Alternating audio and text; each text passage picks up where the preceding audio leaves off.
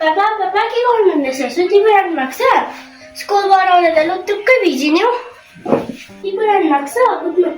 पानी खानु।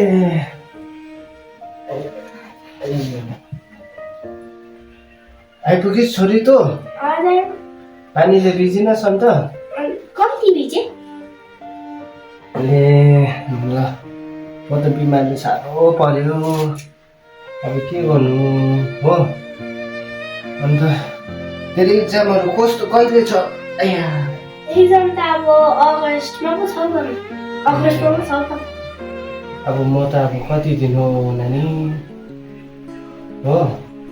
त बिमारले साह्रो पर्यो। तेरो आमाले पनि तल छोडेर गइहाल्यो। म त बाँच्दिनँ अब छोरी।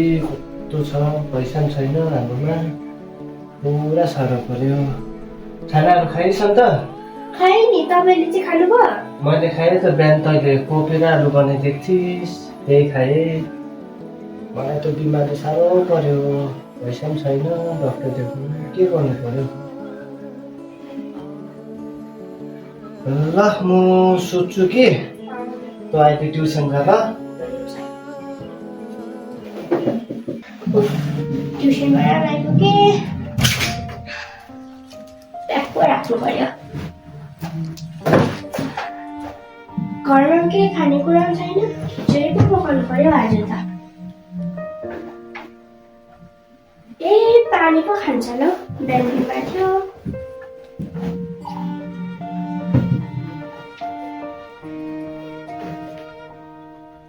पापा उठ्नु, पानी खानु।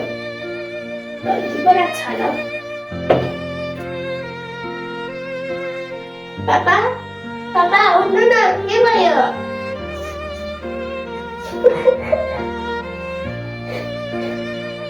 पापा आमाले पनि सानोमा छोडेर गयो, पापाले पनि छोडेर जानुभयो। अब म के गर्नु?